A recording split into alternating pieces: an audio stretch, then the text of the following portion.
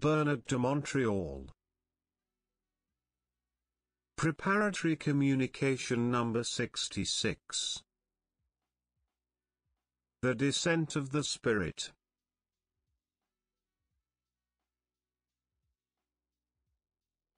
The descent of the mind is equivalent to a change of mind. That is to say, to a reversal of ideas that suit the planetary spirit of man, in favor of the universal spirit of man. The infusion of universal energy into the mind of man frees him from the subjective psychological effects created in his mind by intelligences that no longer have a mind, but are only memory.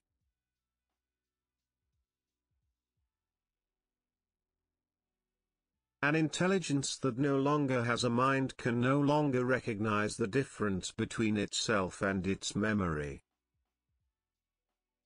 so that his memory becomes the spirit of this intelligence, and man cannot benefit from the intelligence of such a spirit which is only a shell. i.e.,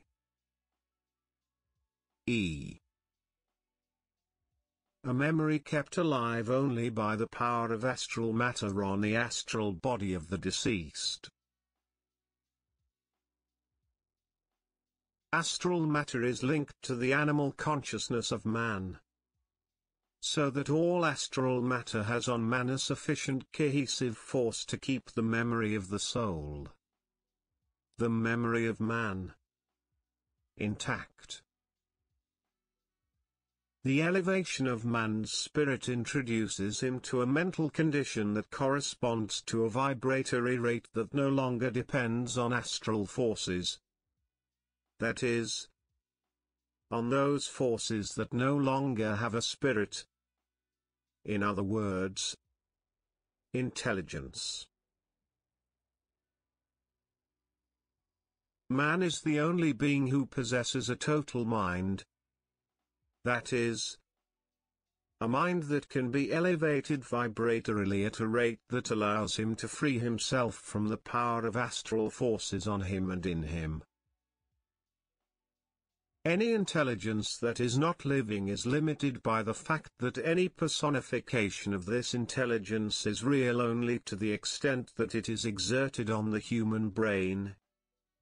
But its reality is not suitable for what man can know about reality. That is, about pure intelligence and the worlds in which it lives.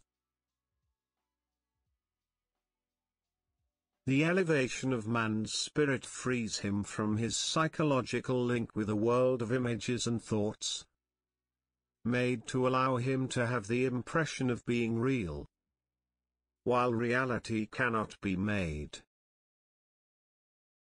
Since reality cannot be manufactured, it must be the product of the creative activity of pure intelligence on man, thus raising the vibratory rate of his mind and eventually penetrating reality. That is, the world of energy.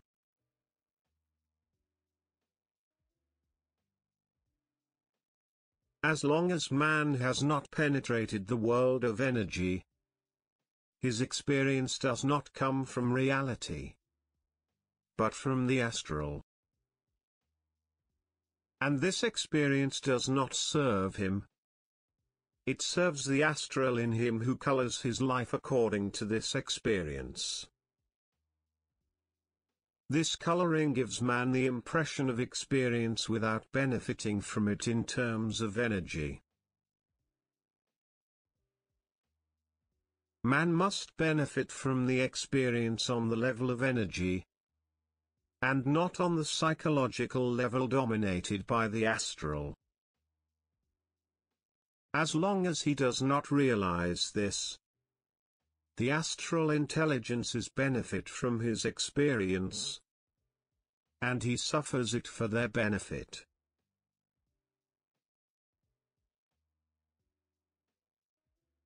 When the vibratory rate of man has been elevated beyond the rate of his astralized and astralizing consciousness, experience is no longer necessary for him psychologically. It has value only in terms of the energy it brings to its vibratory consciousness. The rise in the vibratory rate of human consciousness becomes increasingly high with time. That is, time, or events, and the way in which man reacts to these events in his awakened consciousness raises the vibratory rate of his mental body and other principles.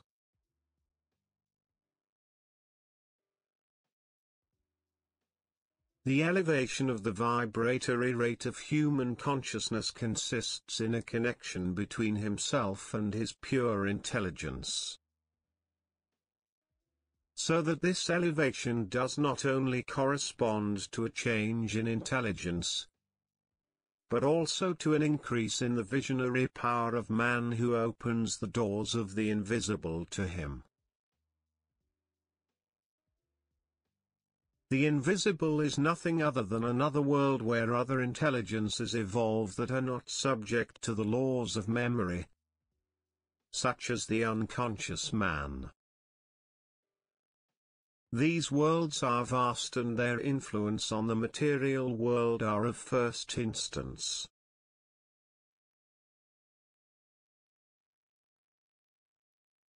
But the spirit of man is far too dense, and the elevation of this spirit in vibratory energy is essential, so that it can pass from one level of consciousness and science to another. Hence the possibilities of multiple life and creativity, not to mention longevity, extending to infinity according to the hierarchical laws of light of which these worlds are made. Man is a being almost blinded by the astral. The effect of the latter on his mind is so powerful that a very low intelligence activates his brain. And the weakness of this intelligence can only be remedied when his mind undergoes an increase in the vibratory rate, which alters the energy of his brain and nourishes all his principles. The human being belongs to an order of intelligence that has not yet succeeded in closing the circle of life. The human being, not because of his material body, but because of his spirit, has not yet succeeded in ascending beyond the laws of matter. It is the only intelligent species in the galaxy that does not yet understand the laws of life and intelligence. The increase in the vibratory rate of the human spirit is an essential condition for evolution on Earth. And without this elevation, man would eventually destroy his planet and race.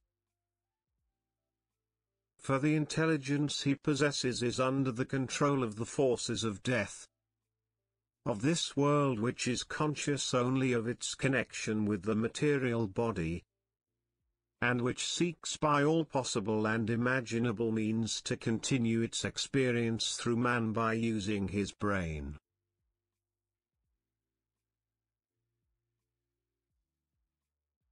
That is why the spirit of man is powerless. For it serves other spirits who are without intelligence, without light, while he himself is not aware of being used for their ends of all kinds.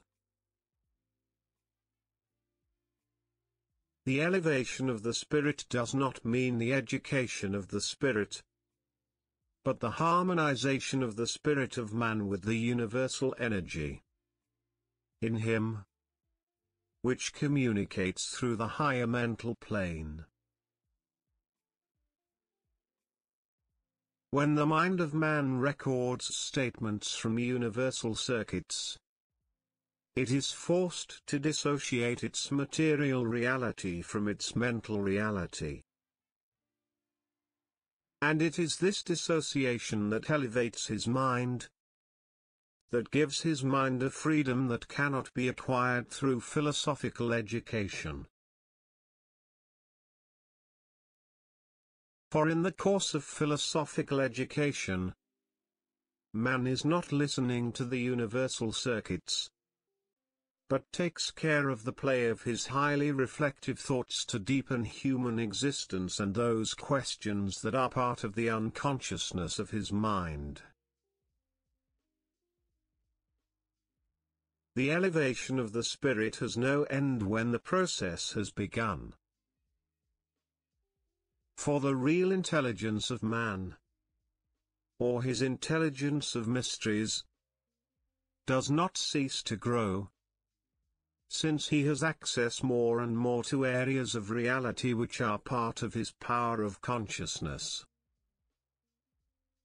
The power of consciousness being this state of mind that allows man to go deeper and deeper into understanding what is beyond his senses. The elevation of spirit corresponds to this power, according to whether the relationship between the universal energy and the spirit of man adjusts more and more, until duality no longer disturbs the personality, until the universal intelligence, or the real spirit in man, or the spirit realized in man, or the free spirit in man, is perfectly related to the ego of man, or the inferior intelligence of man. For the relationship between the mind of man and the spirit in man to be perfect, man must get used to the intelligence of the spirit in him, not to the intelligence of his mind, but to the intelligence of the spirit in him.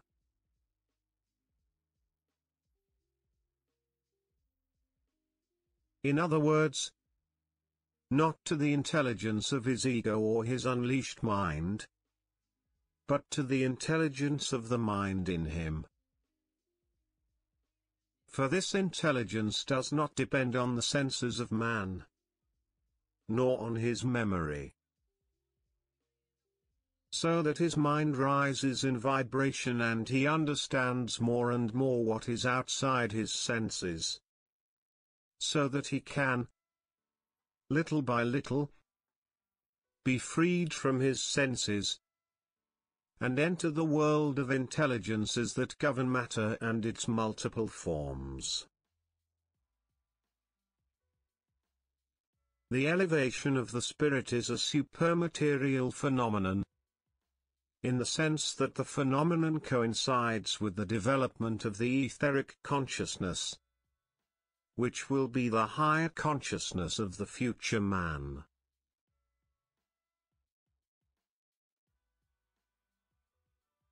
This consciousness cannot be reflected because material senses do not have access to it.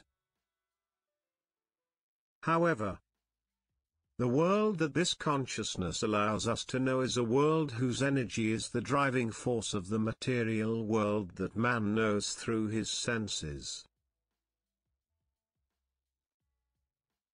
The elevation of the spirit can only be gradually increased in man, for his natural temperament, his personality, must be adjusted to this change. For the abode of man's spirit, his material body, his nervous system, his emotions and thoughts must be integrated. That is, vibratotally adjusted to a higher vibration that coincides with the vibration of the ether or these worlds of pure intelligence that underlie the matter. Man is a being all the more fragile because the reality he advocates is appropriate to his psychology and psychological balance. If this psychology is to be gutted so that its psyche becomes more powerful, it must undergo an elevation of spirit that reminds it of the Milky Way, without going through the world of death. The spirit of man is a psychic entity that comes from the Milky Way, from those vast worlds where the spirit has progressed for a very long time, before linking itself to the earth where it underwent its last transformation that coincided with man's evolution, through the cyclical phenomenon of death. However, death exists only in, or during, the period when the spirit of man has remained a prisoner of the earth and of those psychic spheres, of which death is one of the most powerful. The psyche of death has shaken man's mind enough that he now lives only on memory rather than on real intelligence. Now, memory is the destruction of the real intelligence in man. And one day he will have to return to the Milky Way through the universal spirit in him that coincides with the light of the ether.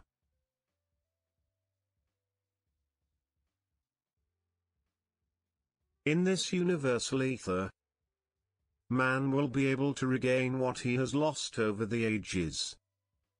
This time seasoned by experience, and conscious of the dangers that await any spirit that loses consciousness of its contact with light.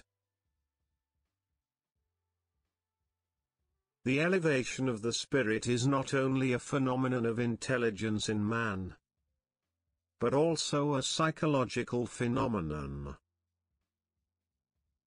So that any elevation of spirit gives man power over matter. Man's power over matter, over nature, is not a biological life condition but a psychological life condition. And this power is essential if man is ever to return to the world of intelligences, which underlie matter, of the Milky Way. The elevation of spirit makes man lose his notion of being, in order to develop the state of being. The difference between the two is simple: the notion of being gives him his subjective psychology, and the state of being, his creative intelligence, free of subjective psychology, what can be called his creative and dynamic psyche.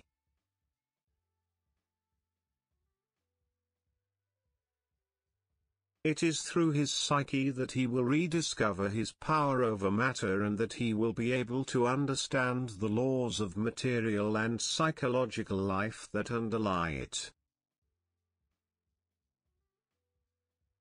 As long as man has not undergone a sufficient elevation of mind, he is not able to dissociate himself from the overwhelming force of his personal psychology. So that he cannot feel free in his personality. So that he cannot be conscious of his human person, beyond the values imposed by his social psychology.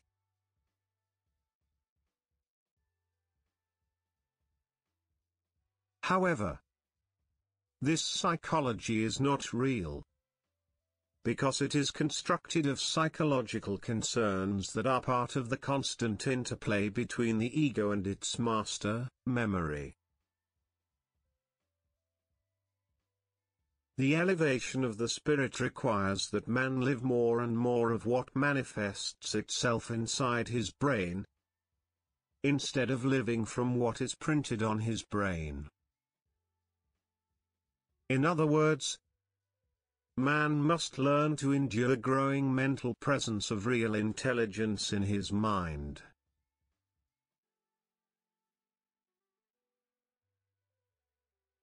This life with two people, so to speak, creates a decrease in his subjective psychology and an increase in his psyche.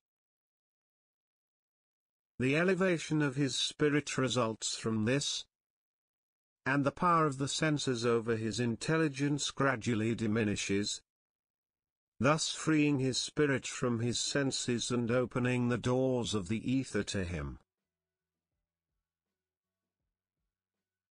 The power of the senses over the intelligence of man, or over his mind, is so great that it is impossible for man to live perfectly from his mind.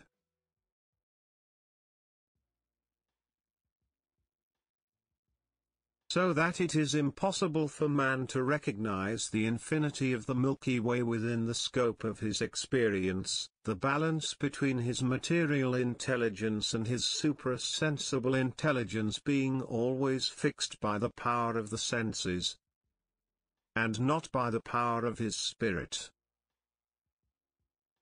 Now, the power of his spirit grows with the decrease in him of the power of death. The decrease in the power of death over man coincides with the elevation of his spirit, until the day when man knows that death can no longer do anything against him, because the intelligence of his spirit perfectly coincides with the intelligence of the Milky Way.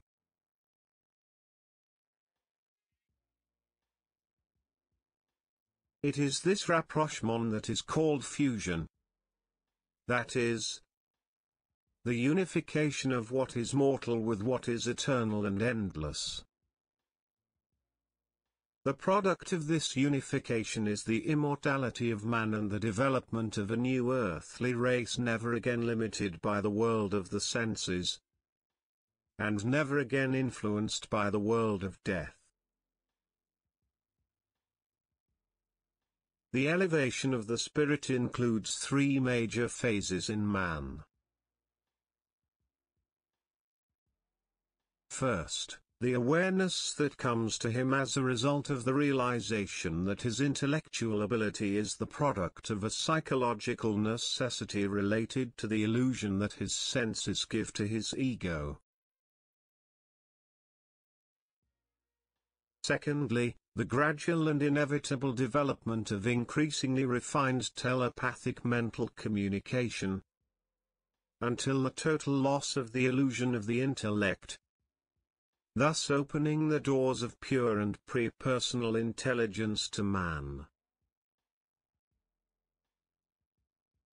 Thirdly, the descent into the planes of human consciousness of an energy, a force, which is the real will and intelligence, connected to the ether of man and progressing accordingly to the evolutionary character of the spirit, which is detached more and more from the psychological ego, to live only from a psyche which is appropriate to the occult and creative reality of all men who must reach this stage of advanced evolution. The elevation of the spirit is not under the control of man, because his ego cannot alter his vital consciousness, although he may develop more or less beneficial characteristics, allowing his vital consciousness to be more active in him.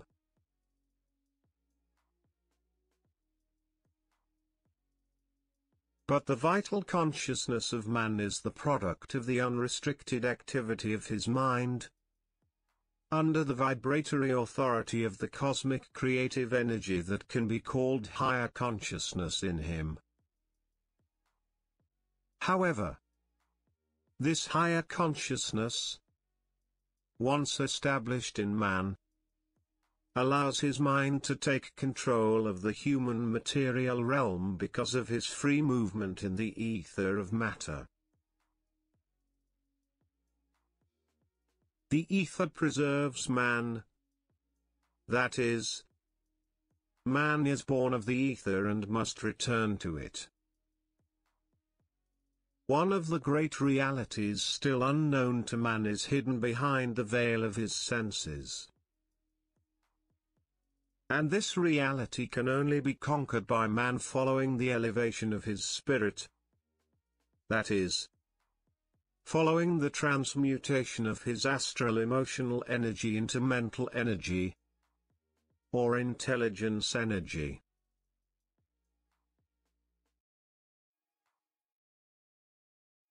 The energy of intelligence is the only one that can open the ether to man, and elevate his consciousness beyond his astralized consciousness, the one dominated by his material senses.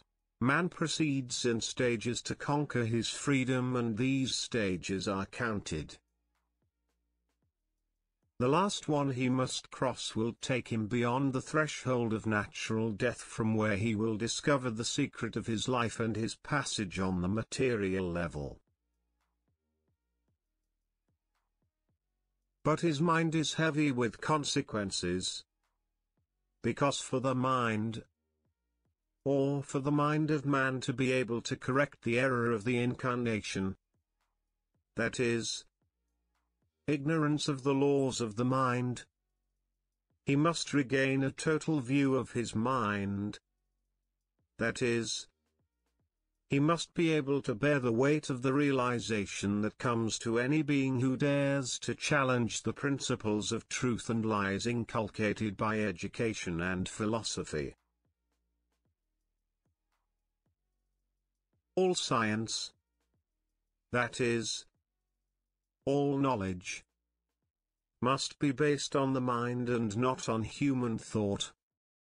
For the latter is not part of the mind, as man believes, but part of the memory and contact between man and the planes of death. This condition is so frightening that it is worth saying that evolution is the destruction of truth and lies. These two facets of human thought are the conditioning of the mind of man. And every man who has recognized the polarity of thought has recognized the need not to submit to any other dictation than that which comes from his own mind. That is, from his own real intelligence. The elevation of the spirit of man coincides with the elevation of human consciousness and the abolition of the earthly law of subjective thought. This new condition of life on earth will elevate the spirit of man so high that the day will come when the vibratory rate of the human brain will allow the space between atoms to be visited by man in spirit.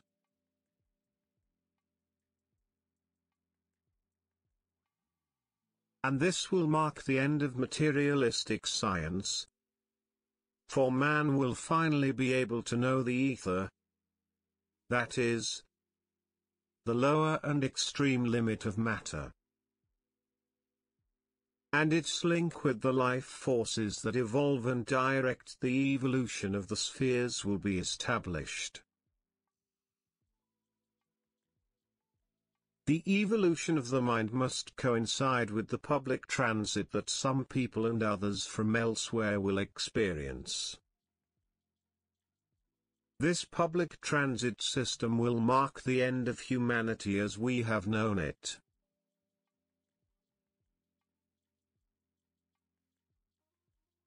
It is useless for human beings to believe that the whole earth can be elevated in vibration, because the global population is too differentiated in evolution for humanity to move from one stage to another level of evolution as a whole instantly.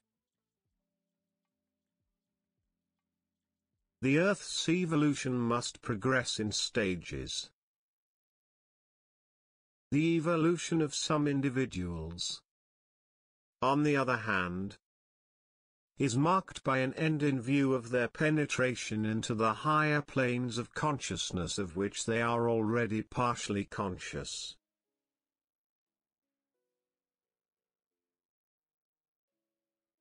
This consciousness must grow until the day when the ether, or atomic consciousness, must be summoned to interpenetrate with human consciousness so that the forces of intelligence, whose primary function will be to create an invulnerable society, may spread across the globe.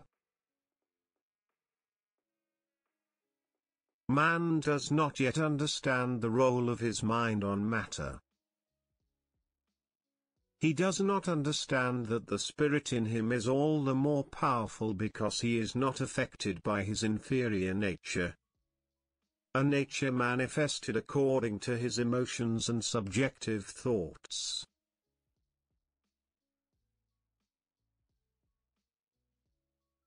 The spirit of man coincides perfectly with the universal spirit, that is, with his inner power, when he ceased to be a prisoner of the harmful influence of the spirit of death on his being. Man is so ignorant of everything that his own mind is powerless to change the vibrations of his subtle bodies in order to relaunch it in an evolutionary curve. Evolution for man is associated with a kind of upward trajectory to which philosophy or spirituality alludes.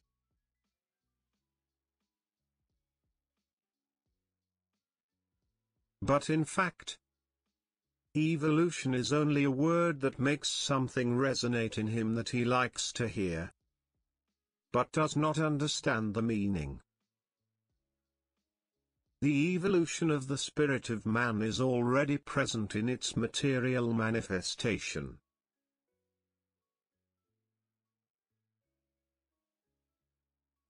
It is enough for man to feel the beginning of his intelligence so that this evolution is no longer a philosophical or spiritual quest, but a creative and gradual journey towards the state of the Superman.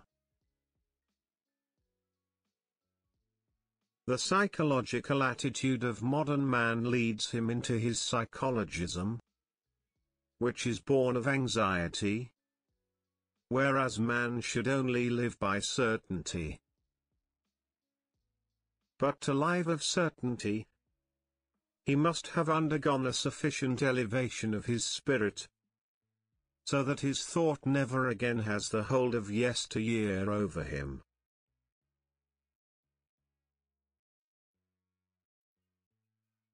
His thinking must be refined, that is, his intelligence elevated and adjusted, as he undergoes the penetration and working action of energy. The elevation of man's spirit is so important to him that humanity cannot continue its progression through time, unless one day man can remember himself, while he will be beyond the flesh.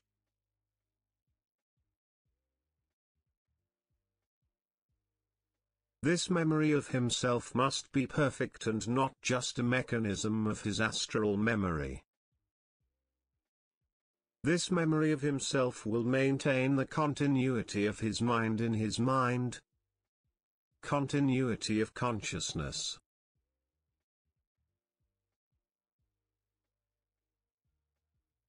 And the latter will know the extrasensory order to which he belongs, an order infinitely larger and greater than his spiritual, or astral, or philosophical imagination can make him believe or know. Man's mutation is subject to the time he undergoes, as his principles are transformed so that his mind is freed from the low vibrations that feed his mind and emotions. It is these low vibrations that are at the source of human unhappiness, and they condition man, not to his spirit, but to his perispirit.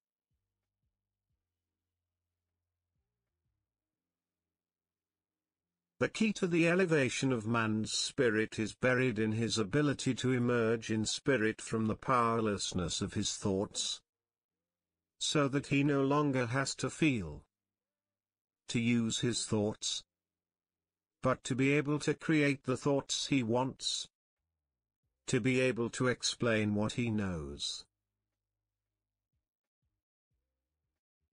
Man can no longer be subjected to his thoughts.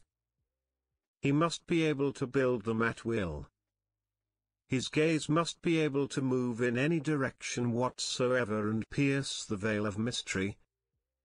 Otherwise he can only be in his perispirit. And the perispirit has no power, since it is the emanation of inferior intelligence. That is, intelligence that is not pure, but simply experimental. Man's intelligence must be pure, real, and not experimental, because all experimental intelligence invokes memory, and man must no longer live by memory, but by the creative mind.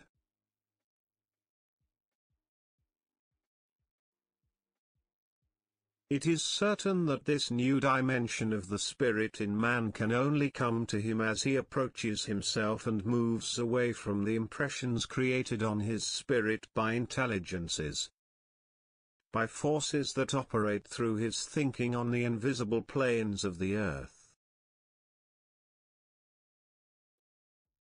The elevation of the spirit of man is the ultimate struggle between the invisible and man. It is the suppression of the invisible in man. It is the power of man, of his spirit, on everything that can disturb him, diminish him, make him return to death.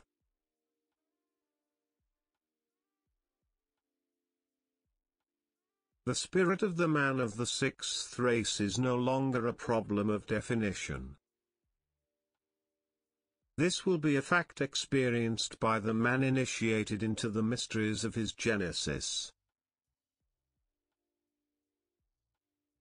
Man must be initiated into what he has never understood or realized. He must be initiated into everything he knows, but could never understand, because he could not recognize the fact of his powerful but veiled intelligence.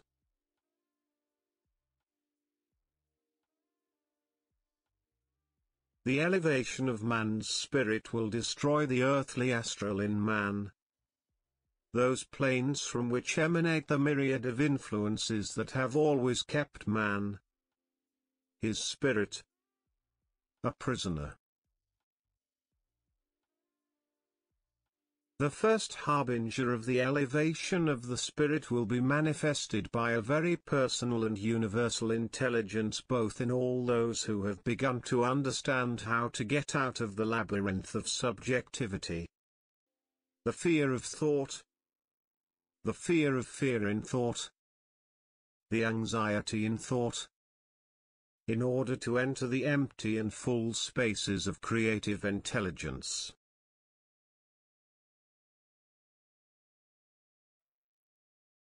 The separation of consciousness on earth between the fifth and sixth races will be the result of the elevation of spirit among those who will belong to this new world of thought and intelligence. The elevation of spirit is not limited. As soon as the elevation of spirit begins in man, the process continues until man has transmuted, that is, completely altered the consciousness of his subtle bodies. The elevation of the spirit of man coincides with the elevation of the spirit of the earth. But man can only understand this when he has overcome the wall created by his senses. The elevation of the spirit will instruct man in a way that is in no way appropriate to his intelligence, to his intellect, so that man can no longer participate in the life of the earth, as we know it today. Man will be forced to withdraw from today's world. Those whose minds will be elevated beyond astral consciousness will no longer be able to breathe the air of today's earth.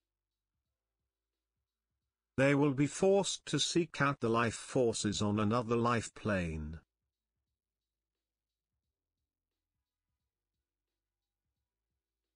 To evolve, the astral body of man must be transmuted into etheric energy, and this new energy will be the one that will feed the man of tomorrow. This energy will be his food, and man will no longer be under the control of animal energy.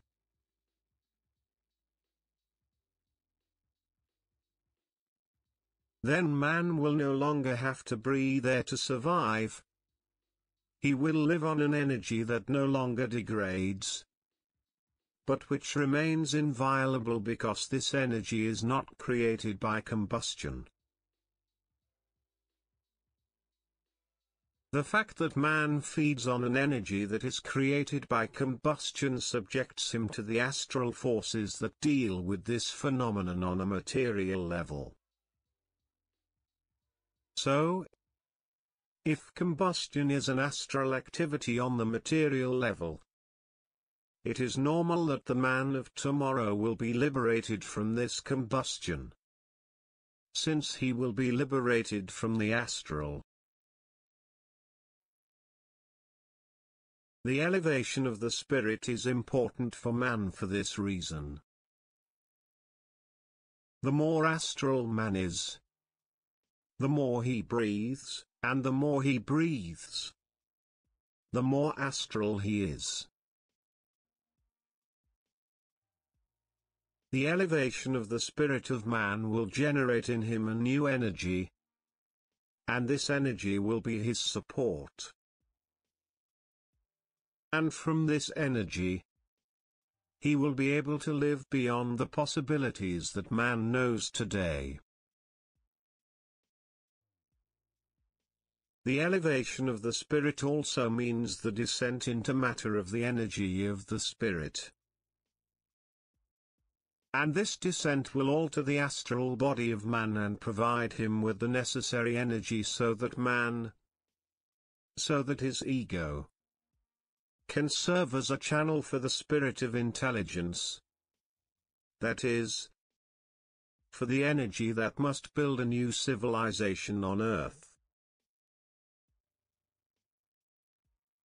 The elevation of the spirit in man will allow him to achieve wonders, for he will be able to mate energy and intelligence.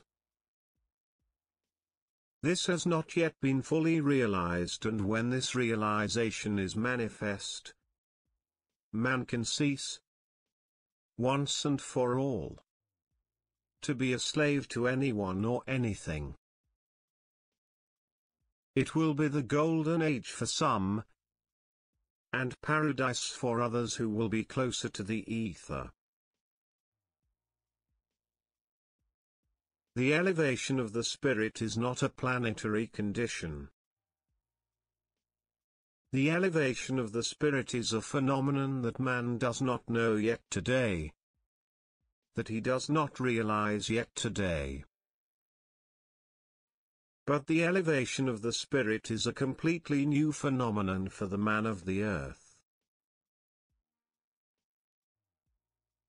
This phenomenon is so new that man can only understand it as and when this elevation manifests itself in him.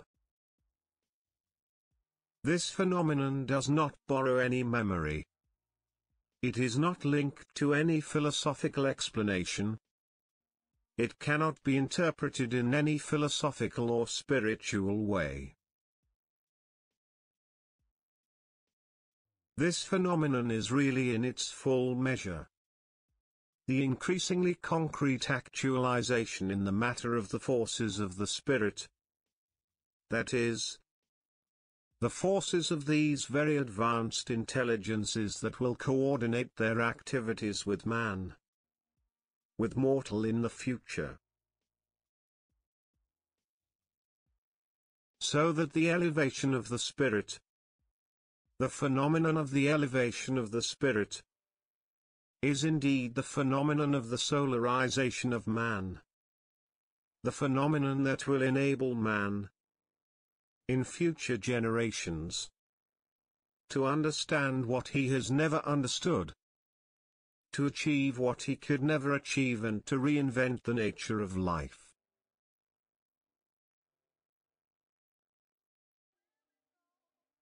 Reinvent the nature of life, in the sense that life will be lived in a totally different way, which is hidden today from the evolving man. Because life, the intelligence of life, the spirit that descends into matter, can only be understood by man when man is already in this energy. That is why there is a limit to philosophy. There is a limit to philosophical explanation. And that man will discover as time goes by that the elevation of the spirit is the elevation of man and the descent of universal energy on earth.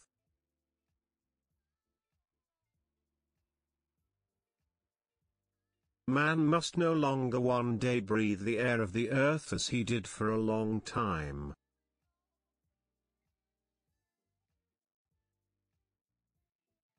Man, one day, must feed on an energy that is no longer material, in order to be able to establish on Earth a civilization that is no longer controlled in its evolution by forces that use breathing, by forces that use animal biology, to reverse the polarity of intelligence and thus create on the material globe a perfect mirage.